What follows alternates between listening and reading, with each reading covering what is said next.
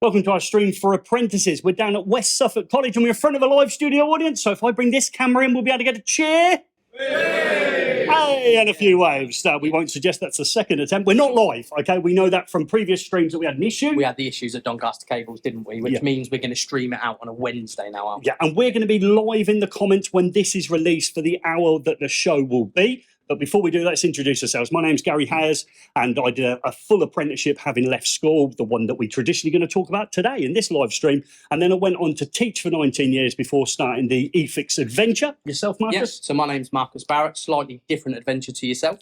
I didn't undertake the normal route of an apprenticeship. I actually went back and retrained as an adult learner and now run my own electrical business. So I'm a contractor on site and I do this alongside eFix. But you're in the process of doing this because we're going to be talking about AM2 and AM2S and the mysteries or myths behind it.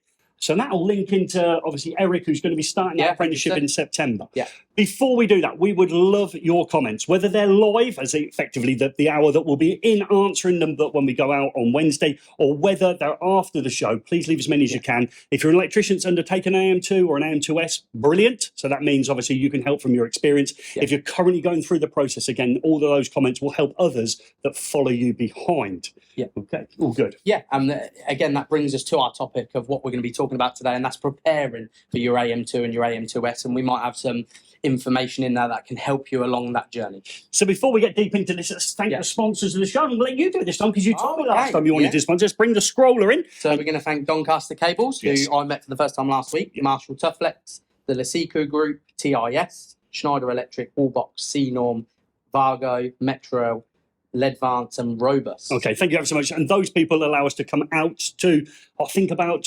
30 colleges in a year. So thank you to those people for supporting the eFix College Connections. The show is all about that AM2 and AM2S. Right, let's think about, we're getting ready for that assessment. Whose responsibility is it to be ready for the assessment? It's your own responsibility. As we spoke about on these streams over the past few months, we always talk about it's your ownership, it's your responsibility to take control of your journey to this endpoint assessment. Absolutely. So you're the person driving your own learning journey forward. So that making sure that you've got the right skills and behaviours from work. So you've had a variety of work over the 4 years you've been there, and you've gone to college, maybe on a day release or a block release, in order to get the underpinning knowledge, which allows you to pass the exams. And when we say exams, AM2 and AM2S, and we will distinguish the differences as we go through, are an exam and an examination conditions. They are, and a lot of people go with it as just a practical exam. It does have an exam written multiple choice element to it as well, doesn't it? As well as the actual install testing, etc. And we'll go through the sections. It's about, depending on when you're doing AM2 or AM2S, it's about 2.5 days, about a maximum of 18 hours. And it's broken into the same sections with slightly more in it for an AM2S, as everyone groans. They want to do, AM2's a little bit easier. There's nothing easy about passing an endpoint assessment. No. And considering the time it is, it's a very long time, isn't it, for an exam? We maybe, and the learners here would have done an exam that's maybe an hour long, multiple choice is 2 hours long. Yeah. Whereas this, you think about, is 2.5 days. It's a long time, isn't it, to commit yourself to? And you put yourself under a lot of personal pressure because obviously everybody you know at work and at home will know you're going for this assessment. It's probably more pressure than a driving test, which is another important milestone in anyone's life. In order to get the keys to the castle, effectively be a practicing electrician. But I wouldn't put that much pressure on. To give yourself a favour, not everybody passes their driving test first time. Not everybody will pass this assessment first time. There's no shame in not passing it first time, and prepare yourself correctly. And there's some documentation at Net Services, which we will leave links in the description to, which is your first port of call. Do not use your first port of call as people on YouTube that are going to help you pass your AM2 or AM2S. Go to Net Services, who are providing this assessment, and look through the documentation they've got. We've downloaded a load of it. We will show some on hand cam, won't we? Later on in the videos. And they've also got some video clips to prepare yourself for that assessment. We're going to go through some of the things that we've actually had fed back to us from students that have carried out the assessment in order that we don't maybe fail on the silly niggles. If you can't install a wiring system, I don't want to say it, but you sort of be on your AM2 and you're not ready. Yeah, and it will lead us to the self-assessment that you have to undertake with your employer and your assessor at your college, and that will indicate whether you are ready to take it. So it's very important when you're doing them, don't lie to yourself and be like, perfect. I can do all of them perfectly. Is that document there? Yeah. Let's have a quick look at that one. We'll look at the AM2S, shall we? Yeah, okay. So So this documentation can be downloaded, and there's some boxes there. And what's the idea of those boxes? So we're going to basically tick the knowledge and experience to sort of grade ourselves on how confident we are we can meet this criteria. Okay, if you have anywhere you have limited, you probably maybe shouldn't necessarily be looking at the AM2S yet. Okay, you want to focus working with your employer and your college to make your skills more adequate in them areas. So again, it's important not to lie on, because it's easy. A checkbox is easy, isn't it? We all like to go bang, bang, bang, bang, bang, perfect to all of them. Yeah, I remember when I was 16, I applied for college. Was not true at all. But it's easy to do that. But when we're going for it, because it's not a cheap exam. If you have to resit it, and potentially your college are not going to pay for that resit, or your employer, is something that you need to take serious and give yourself the best possible opportunity to succeed in with. So we go through the checklist with the employer, with the college. It then needs a series of signatures to say you're ready for this gateway or your endpoint assessment. Who's going to need to sign to say you're personally ready for the assessment? So yourself is going to need to sign. Yes. I believe that your employer has to, and the college have to as well. So we get all three of those signatures. And then we're absolutely ready to do that AM2 or AM2S.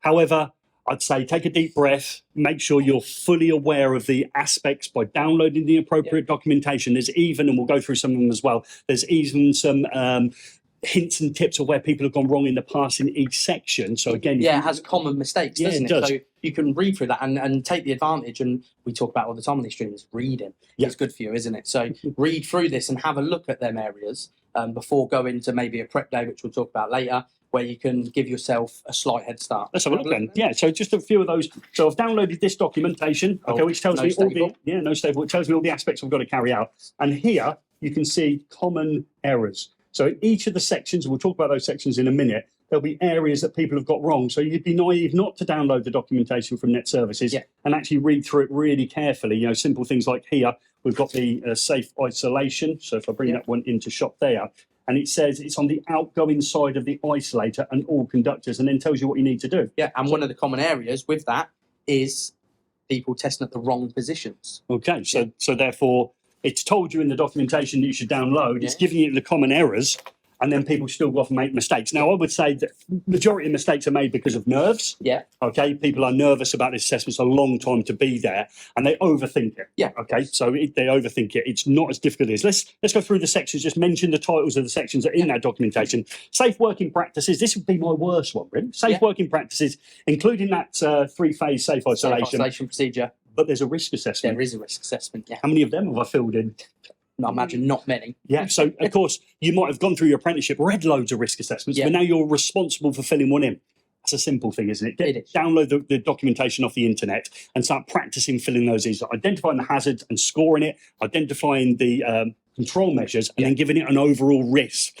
Okay, so that's how you would do that. But you said about a pre-assessment day. Yes. So this is before I even do this. Who would offer a pre-assessment day? The AM2 centres themselves. Okay, do they all offer it? Is Not every single centre offers it. However, only certain ones do. So it's important to check the one you're going to is going to offer maybe this pre-assessment day. And I'd want to do that. Yeah, definitely. Because these are the questions you can ask, can't you? What are you looking for within the risk assessment? What sort of layout is it? You can get all of this information from them. Obviously, they will only share the information they feel adequate to. So we're not saying that they're going to tell you how to do the exam, but it's a great opportunity to be asking questions and sort of try and calm your nerves a little bit as well. Because you've met the assessors. It's not like you're walking in there for the first time and meeting someone. Turn up at the building, find out where you got to go, all those things you do on that day, don't you? You're a little bit nervous about. You'd be done some of those if your centre offers it.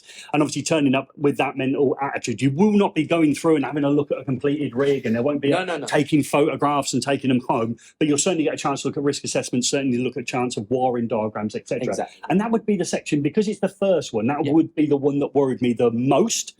However, it's the shortest 45 minutes. Sometimes on these pre-assessment days, and I've seen learners, they get like a pre-assessment pack as well, with lots of information. So you can take that home, and again, you're looking through that along with all the net paperwork, giving yourself the best opportunity. Absolutely, giving yourself the best. And that's what this is all about. Next one is the installation skills. This is where it now varies. So you've either got I think it's about an 8.5 hour assessment. For the AM2. Or a 10 hour.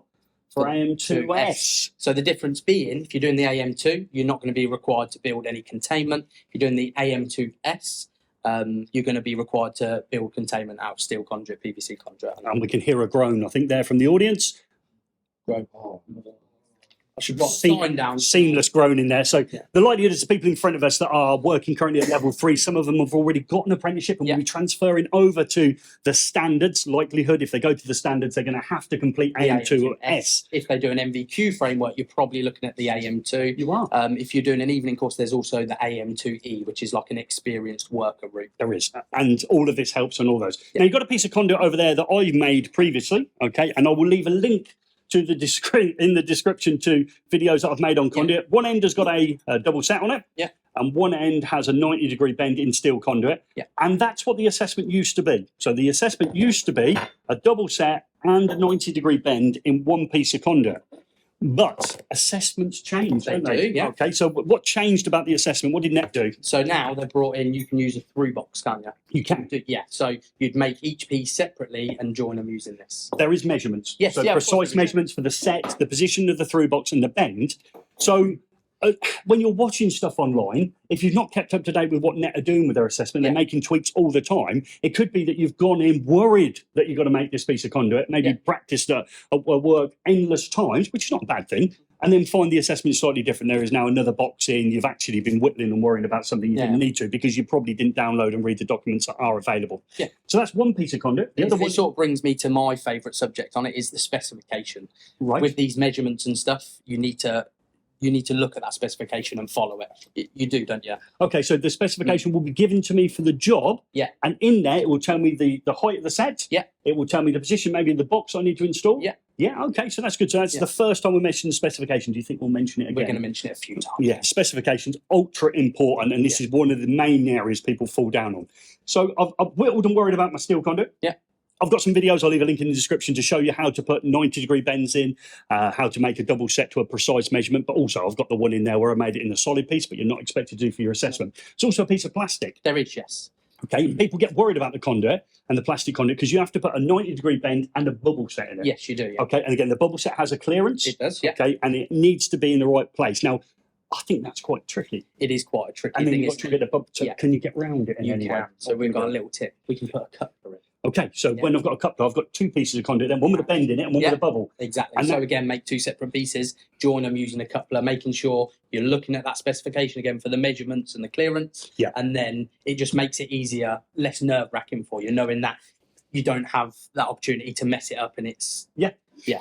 Now, you might be the sort of person where I'm going to make mine in a oneer, which is fine as well. Okay, so you have a go and you make a complete hash of it. Yeah. Could I ask for another length of plastic or steel conduit? You could, yeah. Yeah, could I ask for another length after that? You can, yes. You get up to 2 times plus your original, as far as I'm aware. So, But the assessment can change at any time. Exactly. So there's nothing stopping them saying one piece of each. Yeah. At the moment, an you're allowed important 3. question for a pre-assessment day. How many chances do we get at doing the PVC conduit, steel conduit, etc.? And I take it like a driving test. If you happen to mount the curb, okay, on your driving test, you're probably aware of the fact you're not going to pass your driving test. But if, for instance, maybe you didn't quite use your mirror, you might get a minor mark, mind you. So we know about minor marks. And this is how the assessment works.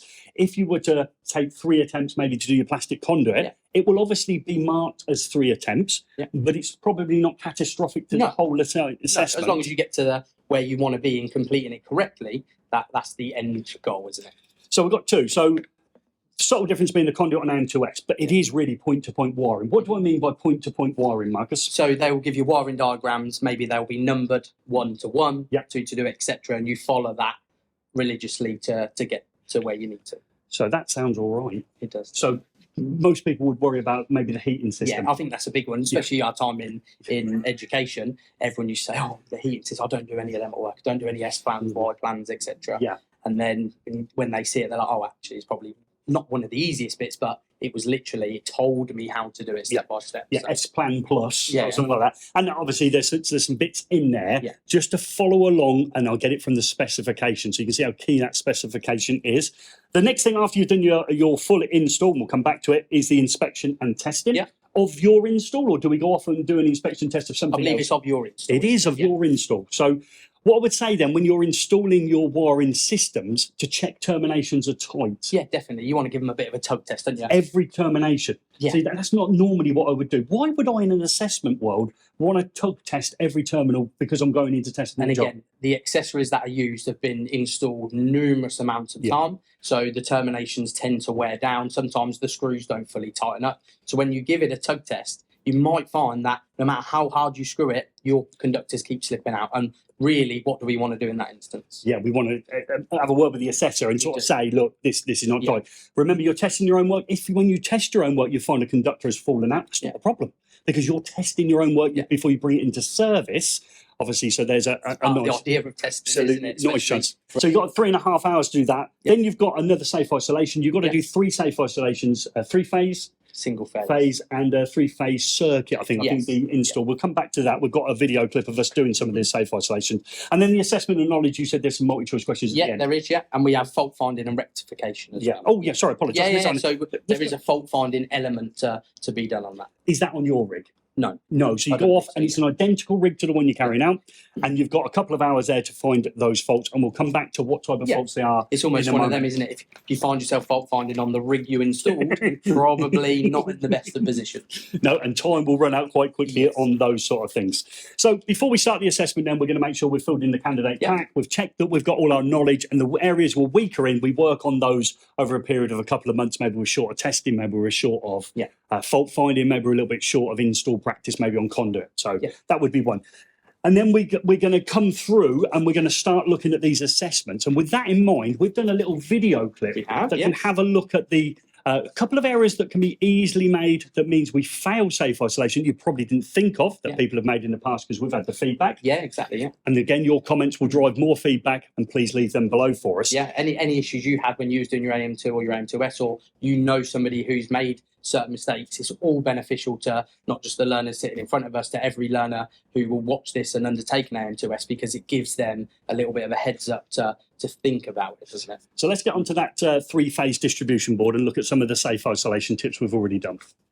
Well, we've wheeled out one of the test rigs here at West Suffolk College. It's not an AM2 or an AM2S test rig, but it gives us a golden opportunity to highlight some of those irritants that people have failed in that assessment on. Yeah, exactly. And we've had people contact us in the past, haven't we? And what we're going to look at is the safe isolation procedure. And people have contacted us regarding little issues where they've made slight mistakes. It's caused them to fail that section. So hopefully we can clarify some of these little mistakes people make, which will ultimately help you in that section of the AM2 or the AM2S. And we've got a distribution board, not a single phase consumer unit. We failed our students in some ways. Lots of our consumer units were single phase, and your assessment piece is a 3-phase distribution board.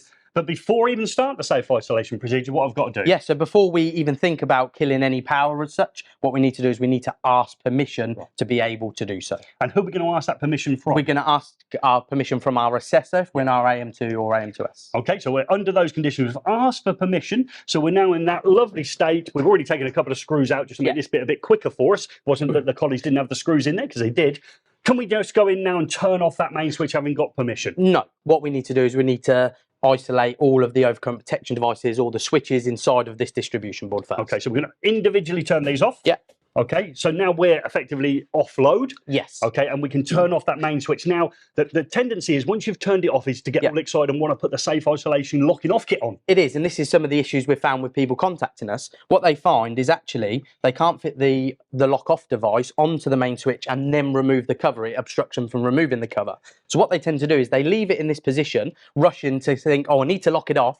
They leave it in this position, they take off the cover, then they switch it off and lock it off, where that's actually incorrect procedure. We should still isolate it just to make sure the board is at the best possible chance dead. We don't know until we prove it when we enter that enclosure. So at the minute, if I bring hand cam in, as I look at that switch there, we're actually in the on position, yes? We are, yes. Okay, so you're going to turn that off. We're going to isolate that first. Okay, can't put the locking off device on because it would be impossible to get the cover off. Yep. And now we're just going to take the cover off and then put that locking off device on. Yes, and we still, if we obviously haven't proved dead yet, so we always make sure we enter an enclosure with extreme caution that we don't know is completely isolated from the supply. Okay, so they've got 2 screws. Like I said, we've already taken a couple out to make this a little bit faster in this section. So if we take that one, and we're completely in a position now where we think we might be dead. Yeah. We haven't got that locking off kit on. So we're off here. And that's the next thing we're going to do, is it? It We're is, going to secure the isolation down here at the main switch. And once we've secured the isolation, we're going to need to prove that we're dead. So next up is our locking off kit. You've got a nice e-fix one there, Marcus? We do, yeah. Remember, on your assessment, you may have more than one locking off kit to choose. You might choose the appropriate one that fits what you're doing. Fits the device, yeah. Yeah, so we've got that locking off device there. Obviously, some precautions now. I'm sure we're fully aware of it. We've got that sign that we need to put in place. We do, no? Okay, you might find you have to write on the other side. And we've got a locking off device. Now, it's the key, isn't it? We've seen this before. Yeah. What are we going to do with that one key once we're finished? So it's very important this stays on our persons at all time. We don't leave it on top of the distribution board on the trunking we have here. It must go in our pocket, is a suitable place for it to go. So you wouldn't give it to your assessors to look after either? No, you wouldn't, because that means you could be working away in an installation and someone else has the ability to re-energise that supply without your know-how. So we saw us there with a TIS instrument for a voltage indicator. Just remember, if there's a table full of instruments to choose, don't go after a multimeter. Make sure you get something that applies to GS38. Yeah, and a fully inspection as we did there, to have a look at it and then obviously do what we did in that assessment. We're not going to do all the safe isolation stuff for you, but there was some good little tips in there, just where people have made mistakes in the past. And again, they're easy things to get rid of to give yourself confidence that you know you haven't failed maybe on that section. Yeah, okay. And then people always say to us, what about tools? I want to take my own tools. I've got the best toolkit in the world. I'm going to we're all in there. Yeah, okay. Well, you can take some tools. It's in the paperwork that you've got to read, which you can get off the link in the description. And there's some down here on the table. What of the tools down here, Marcus, can I actually take in with So me? we can take in insulated tools such as pliers and side cutters and cable cutters as such, or wire strippers. And we've got a set of wire strippers here. Do you want to show me those? Because I'm giving those away along with these toolkits. These before, okay, so this here, this is a prize I give away when I go to colleges. Let's have a quick look up. Maybe, I don't know. So yes, so we give these away, and then we've got these to give away as well. Yeah. So yeah. Wow. Just automatic wire strippers. Okay. Again, little things like this can ease your nerves, can't they? In terms of time and things like that. So. And again, again, if you're going to think to yourself, I've got a set of wire strips, I'll buy them for the day. It's like buying a new pair of trainers and doing the marathon. Yeah, exactly. There's going to be an issue. They're going to cause you a problem. You're maybe not fully aware. Yeah. So if you haven't used a set of wire strippers and you think it's a good idea for your assessment, along with your pliers and side cutters, make sure you've been using them for a while. It will save you time, and every little bit of time can help. But remember, don't show too much copper when you're making those terminations, okay, because there's another issue that people have been picking up. An important question to ask at your pre-assessment day, you might find that using things like these on site. Croppers. Yeah, I love a little set of croppers. Yeah, I use these on site, and you might find use these. They might not let you take these in because they're not VDE insulated. But again, an important question to ask on your pre-assessment day, so you don't turn up with the wrong tools and they say, whoa, what are you doing? You can go in there with a clear mind. I'm allowed to use these. I asked on the pre-assessment day. So. Good point. Yeah, okay. So we're in and we're looking now at that installation. Okay, so it depends which one we've got. We've either got a little bit of containment or we haven't. Nice variety of cables that can be installed. But when it comes to cables, your specification will tell you what cables you're using for each circuit. They will. They'll also tell you the size. They will, yeah. So it might be on site that you use 1.5 for a lighting circuit. Okay, good. Yeah. But your specification might state 1 mil. It might be the other way around. You might use 1 mil all the time and they've actually specified 1.5. These little things are easy fail points, aren't they? To use the wrong size cable to the spec. So I look in specifications, see it's twin and CPC. Yeah. People often call it incorrectly on site twin and earth cable. Okay, I thought I'd get that one in. No, we won't get it. It's kind of. So we go in there and we default and we just go and grab a drummer cable because we're so used to wiring a lighting circuits in one size. Yeah. It's the specification that's going to tell you the size. It would be heartbreaking to install the complete lighting circuit, let's say 1 mil, and it should be 1.5. Yeah. Because that's a lot of work. It's two-way and intermediates feed through the switch, but it could change. Remember that. It could always change these assessments. You've got to check your specifications, check your drawings, etc. A common one can be with singles in trunking, can't it? Yeah. So you might, on site, you might install the same cross-sectional area of conductor for each of the conductors. Yeah. So let's say 2.5 for your line, neutral, and your CPC. 100%. But your specification might state 2.5, let's say, for line and neutral, and it might state 1.5 for CPC. Oh. So it's little things like that can catch you out. So I know we go on about specification, you think, oh, they're boring, they're just talking about the spec, but it's there for a reason. But you're over-engineered. Yeah. Surely that's okay. We've gone bigger than we need to be, but you haven't. So the idea is you haven't read the specification, and the specification says something, even if it's a better job. Yeah. Okay, you've gone bigger than the size required. You will fall down on that assessment. Again, another easy one is looking for the overcurrent protection devices, isn't it? You know, you might be in one of those positions, but you only fit C types at work because you do more commercial industrial work, or you might fit B types, you only do domestic work. and you've sort of lurched around and got them. Yeah. But have you checked your specification? No, exactly. Are they all Bs? Are they all Cs? Is there a combination? They might be mixed. And again, things change. The assessment centres will change things up over the years. So it's always important to go off of the specification, isn't it? Absolutely. And the conduit being a great example, that just subtly changed to have a box into it. You know, no one put a big fanfare out. So, of course, as these assessments go on, they just tweak it. So if you've had the information from somebody at work that said, let's make the lighting circuits wide in 6mm squared twin and CPC cable, and you think, right, that's great, and you didn't check your specification and it was 1.5 because you went off the person at work, I would say that would be a failing of yourself. Remember, you're personally responsible for your own learning as you move your way through. I think about then maybe that socket circuit you've installed, okay? There might be a fuse connection unit on that socket circuit, and we'll come back to that when we talk about testing. But it's compartmented trunking. It might be a dado or a skirting style of trunking. Yeah, so straight away you're thinking of compartmental trunking, you're thinking of different bands, aren't you? Okay, so band 1 and band 2. So you've got to install, say, a data cable, might be Cat5 cable, between a couple of points. Maybe that's inside of that data. So which compartment do I install it in, Marcus? We look at the specification. The specification will tell you which one is for band 1 and which one is for band 2. Okay, and exactly the same with our circuits for our sockets and lights, etc. Whatever's in there, within that trunking itself, you need to check. Now, it could be that you have to, say, go from the top to the bottom or the bottom to the top. Yeah. How would I move, say, the Cat5 cable through band 2? We'd maybe have to put a bridge in, wouldn't we? Yeah, so again, just be careful to check your specification that if you're not changing compartments, that you haven't got to have a bridge in between the two. Okay, things change over time, but that's another thing that we've had fed back to us, that people are maybe not reading that specification and missing out some of the simple things as we go through. Yeah, we've got SY cable. If you haven't made any SY cable off, maybe you need to practice doing that. All your cable systems need to be practiced. FP200 or equivalency as you go to maybe a carbon monoxide detector. How is that secured? So is it secured using cable ties? Is it secured using cleats? Is it secured using nuts and bolts and cleats? Yeah. Again, where would I find the answer? Specification. Absolutely. Specification for all of that information. So next, let's just jump out of that. Okay, so you have read your spec, and we're now looking at testing our install itself. We've got 3.5 hours, Marcus. We do, yeah. Okay, so I recommend you get all your test results, write them on a scrap bit of paper, yeah? No, I wouldn't. Okay. I personally wouldn't. I would actually look at filling out the test paperwork itself. Okay, and I totally agree with that. Now, there's some model forms in BS 7671 that are actually populated, so you can see how they're filled out. Yeah. Wouldn't it be a great idea to have had those out in front of you for some time? You've got the books with you. Okay, so you can talk about books, don't we? Yeah, books. You've got Guidance Notes 3. Yeah. You've got the on-site guide. You've got BS 7671 and the guide to the building regs. Yeah. All books that you're available to. No, the model forms are in there. They're in every single one, aren't they? They're already populated. They give you examples of how they need to be populated. So I would have those open. Okay, and I would making sure that I'm filling it all in correctly as I fill each and every result in as I go. Okay, you need to do it as per Guidance Notes 3 is the get out really is what they say. If you're not testing as per Guidance Notes 3, you're going to have some issues. Okay, so with that, okay, so as we start looking at maybe the testing of stuff, shall we jump in and see maybe that motor circuit, maybe the least familiar of all the circuits? It's probably one of the most common one people make, not mistakes, but miss things out on a motor circuit because there's different elements to it, to what we normally have to do in terms of our testing procedure. So next thing we'll look at is that 3-phase direct online starter. Okay. And there's a couple of little bits in there that could be easily missed. And we got some feedback, didn't I, one time from a learner that said to me, they set the motor overload incorrectly. And I was like, wow, did you have to do some sort of calculation with horsepower?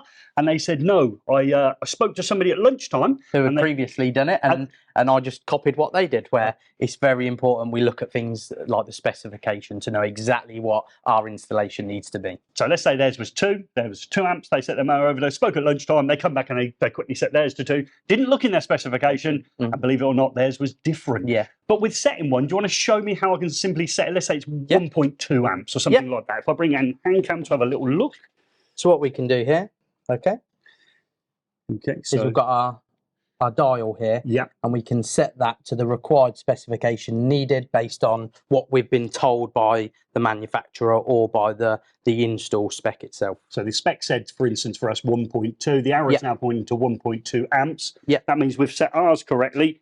And we haven't done our lunchtime communal. No, exactly. It's quite an easy mistake to make, isn't it? In terms of something that's quite simple to do physically, just by not reading the specification, they can catch you out there. And it could be that your motor isn't there, physically not there. So it's not as if you're looking at a rated plate or anything like that.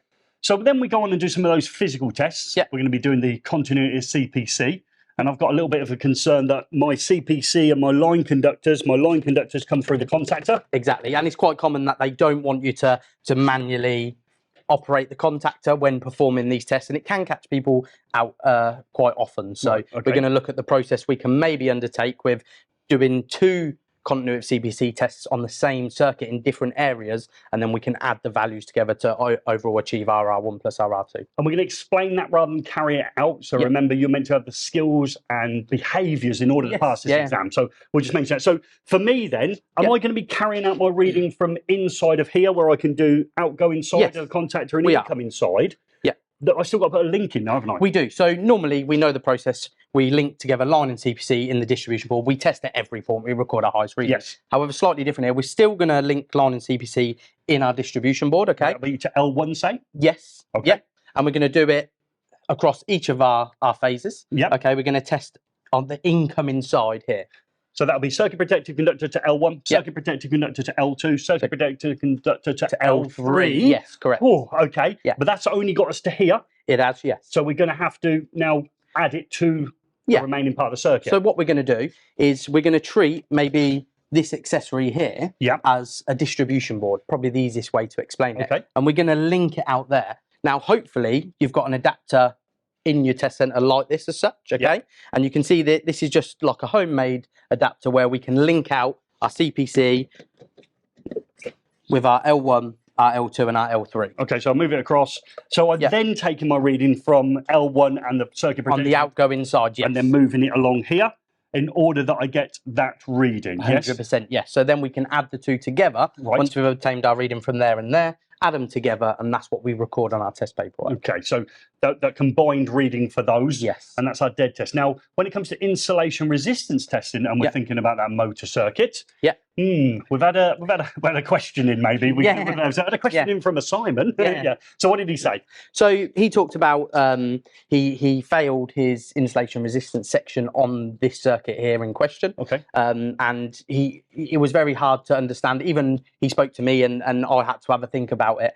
And it turned out that he actually had an isolator built in to the unit a lot there. different than we've got here. So so that isolator would need to be, as guidance note 3 said, all switches left in the on position. And we think he left it in the off. Yeah, we believe, and he's since been back and actually passed his AM2, AM2S. So, and the only change he made was that one. So I sort of had to think about it, and I looked at, he said he left them all in the on position, but actually he had to wire from the outgoing side of the isolator into the top of here.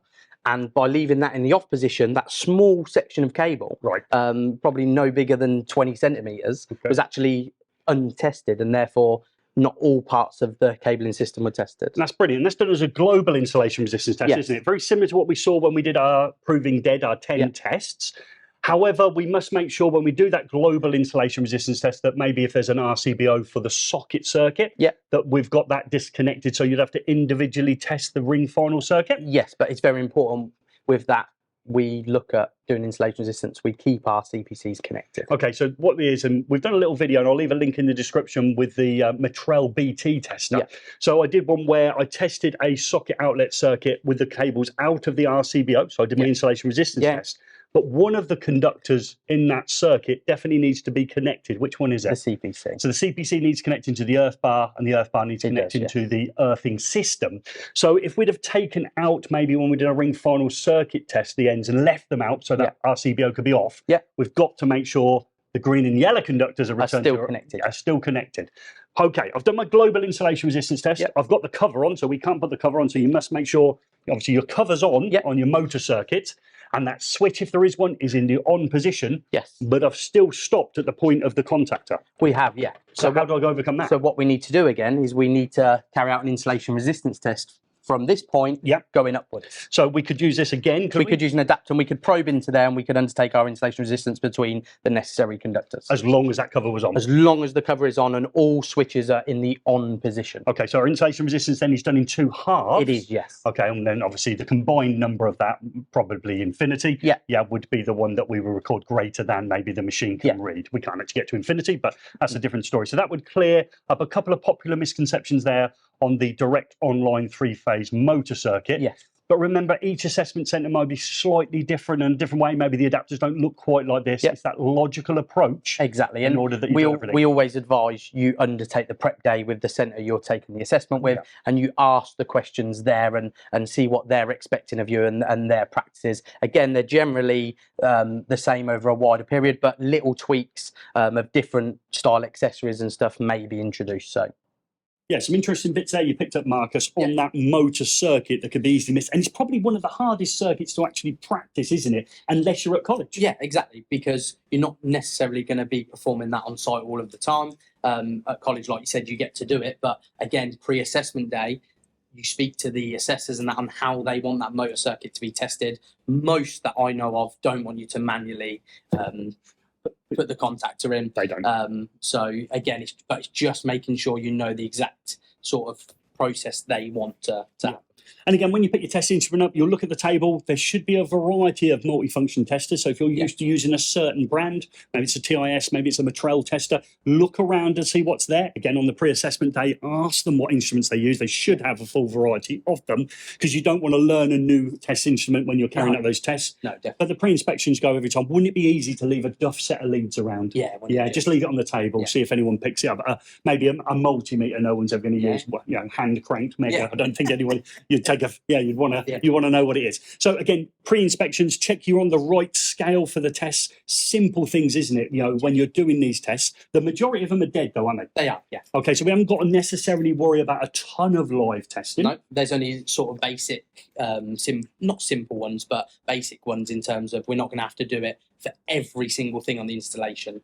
Mainly going to be the dead testers. Okay, so when we're thinking about dead tests, we can still fall down, can't we? So example being the ring final circuit. We said it had a fused connection unit on it. We once had somebody come back to us, okay, and what did they do with the ring final circuit? So they undertook their the continuity of their ring final circuit, and when it got to the fused connection unit, obviously they had the plug-in adapter in, they just tested the sockets and they skipped by that. It's very important you take that off and you still test at the points of the fused connection unit. Yeah, and again, I'm sure you're thinking, well, that's an obvious one. It is, but obviously... When you're in exam conditions, you're running out of time, you're almost sort of panicking, aren't you? You do forget things. So that goes through, and then we carry on doing those tests. So shall we go through and see a little bit of a video clip where we discuss some of those dead tests, maybe look at the lighting circuit? Yeah. Continuing on that conversation with global insulation resistance tests, it's a Gary thing possibly. When I do the insulation resistance test with my learners, I expect them to leave all switches on like it says in guidance notes 3, and I class even on the socket even on the socket to get to the very front plates. Yeah.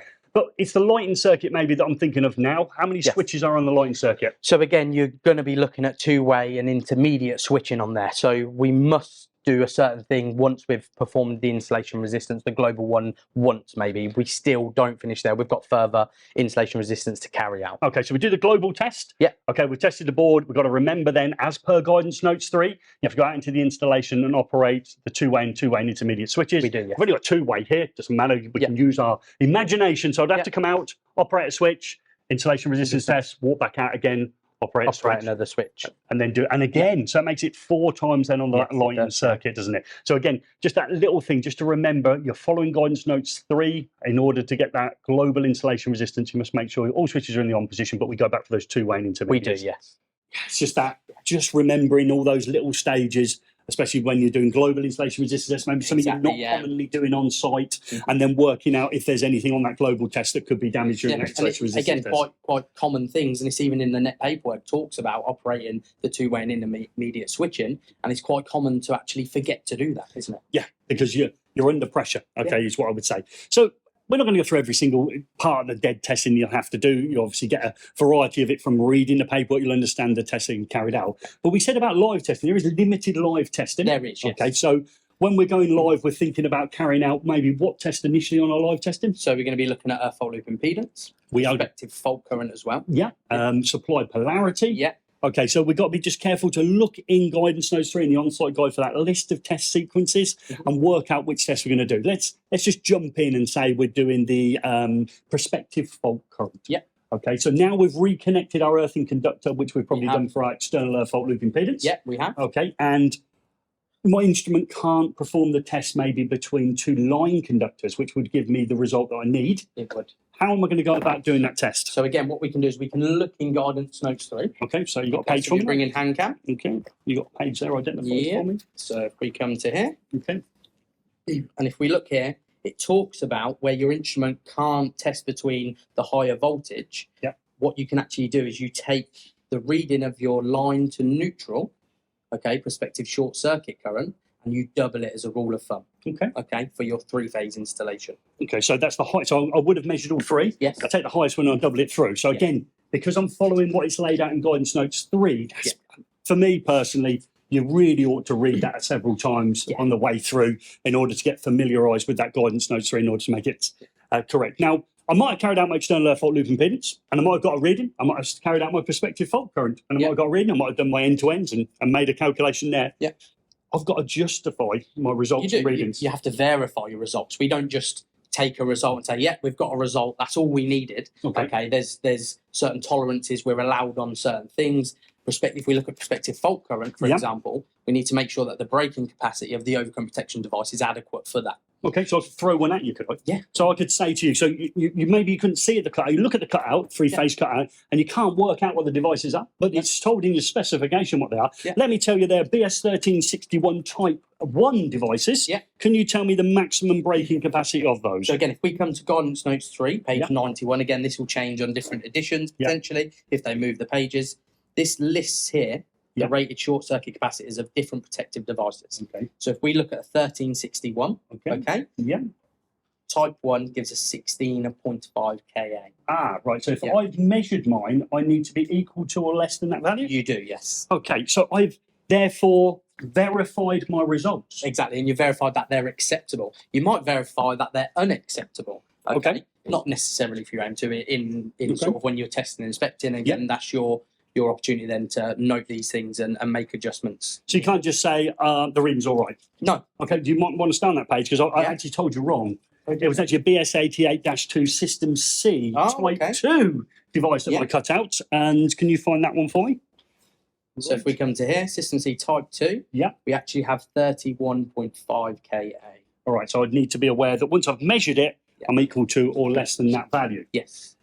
So this is all about making sure. So I would say leading into your assessment, every time you take a reading, maybe you're doing an earth fault loop impedance on a socket circuit, you find the highest one on a ring final circuit, maybe at the midpoint or a spurred outlet. I've got a reading, let me say it's it's a B type, it's 32 amps, and I've got a reading of 1 ohms. Okay. Is that good enough? Well, I can say yes or no, but you need to verify by looking the correct documentation. Okay, I've got 2 I can choose from. We can. So we can go to the on-site guide. Right. Okay. Right, so I've gone to the on-site guide. To Appendix B. Wow, you've got all the pages. It's like we're practicers.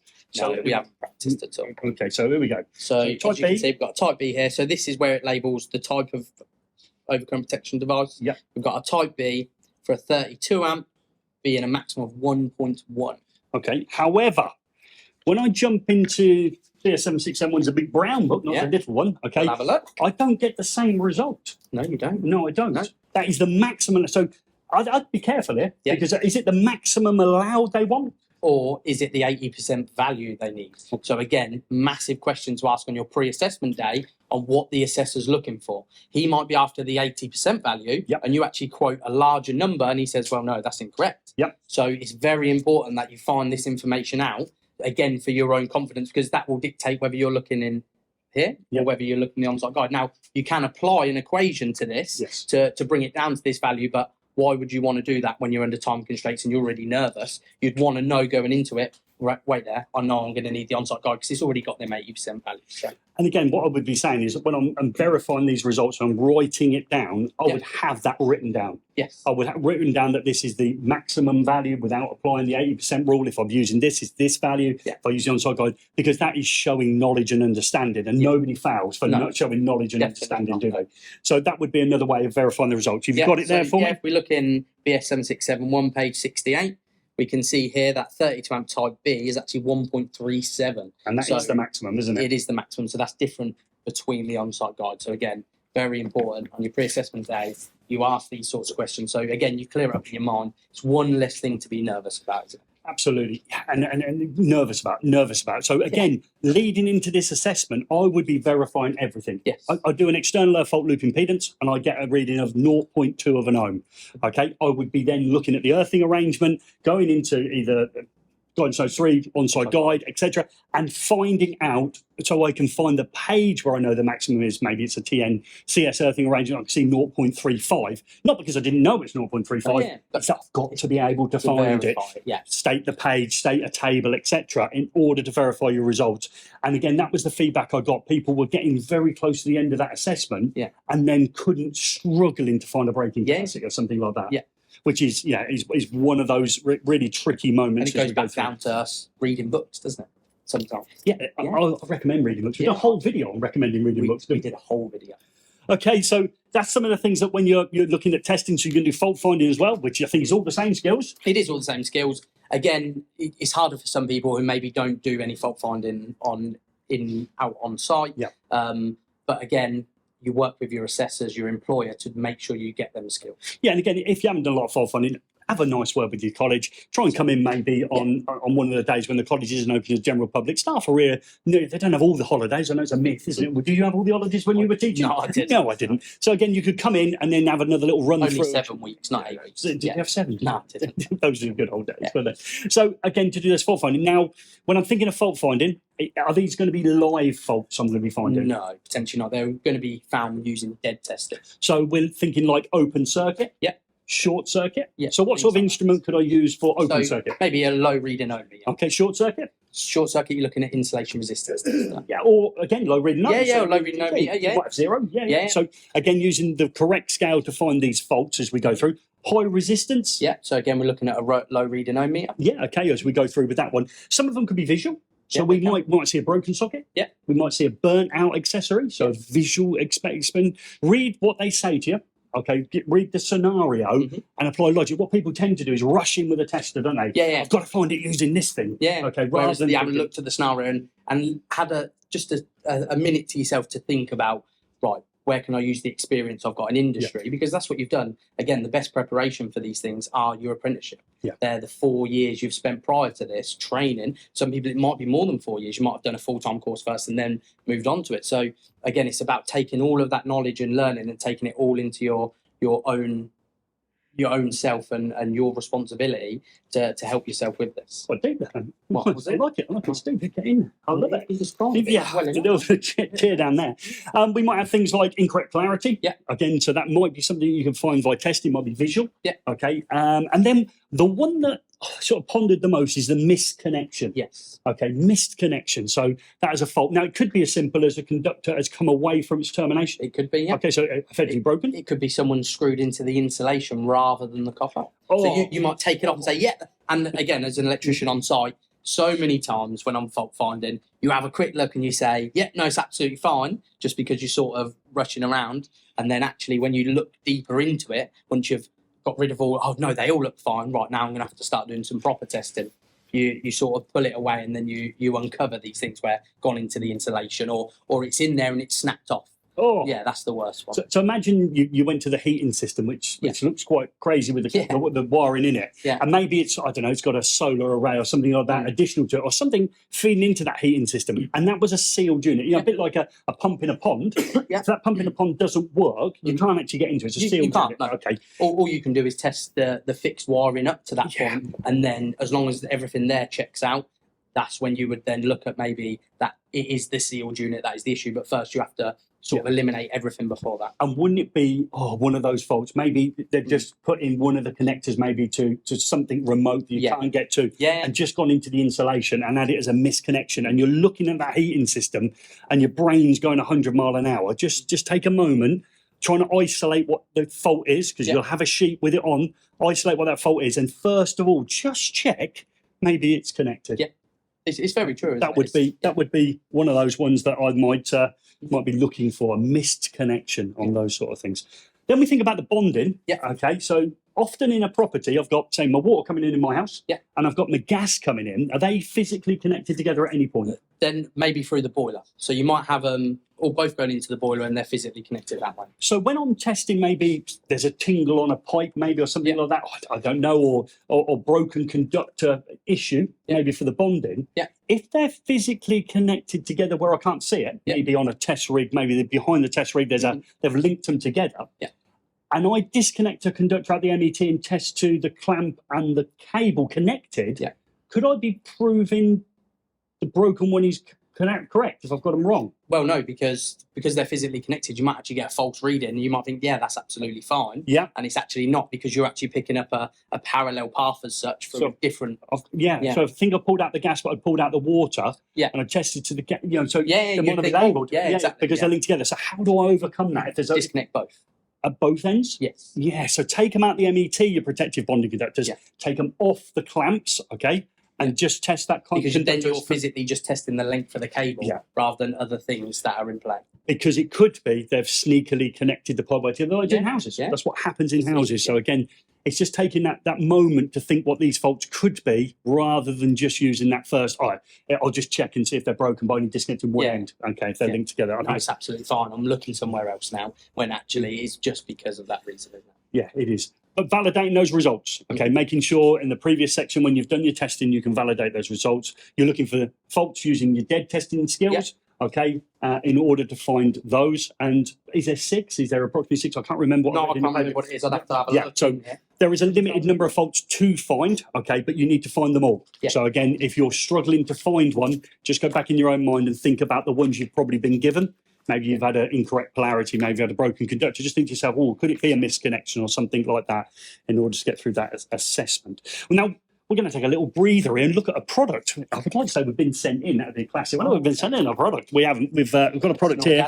No, it isn't Gaz and Swap Shop. It's a different live stream. And this isn't live. We're only live in the comments on the initial one we've gone out. So taking a moment away just to contemplate what we did there for AM2 and AM2S, we've got an outlet in front of us here. And this gives us a real advantage. Maybe the lovely weather is amongst us and we're thinking about spending some more time in the garden. We're the electrical person in our family now. Yeah. But we've got a bit of a dead spot out there on the old Wi-Fi. How can this socket outlet help us? Yeah, so this socket outlet has an extender, in it, doesn't it? Yes. So we've got this here, okay, which extends, it doesn't boost, it extends the Wi-Fi. So if your property, you can get on the outside wall your Wi-Fi connection, and you want the bottom of the garden, maybe you're sitting down there because it's the sunny spot, this storm weatherproof socket from BG allows you to extend the Wi-Fi out into the garden? Yeah, it does, yeah. Okay, so how does that work then? What do I need to do normally? So basically, we would run a power supply to this as if we would add in any socket. If we was installing an outdoor socket into a garden, we would have to wire up in the usual way. Or replace one that's already out there? Yeah, potentially. So what this gives us to do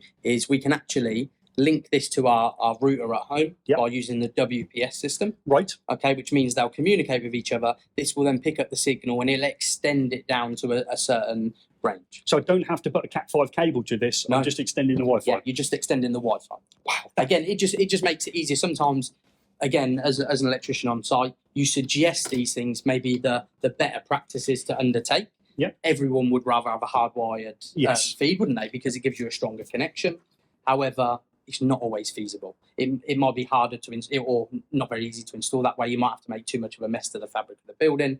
Price is a massive thing that comes into it when they say, we found this BG socket, can you just install this for us? This is going to extend our Wi-Fi. So yeah, and the people we've got in the room, they're at that point and where a like for like replacement is well within their skill set. Yeah. Okay, and obviously having the ability to say to their grown-ups at home, I've managed to get that Wi-Fi, that dead spot in the garden by simply changing an outside socket. Yeah, is fantastic. Now we've reviewed the weatherproof storm range from BG. I've reviewed it at home. They do a smart one. I think the standard one. I got the smart one. You know me and the smart. Yeah. But now also we've got this extender for the Wi-Fi within the range. So I'll leave a link to the video in which I installed one of these, so you can see the other great features that keeps its IP rating up to IP66. Yeah.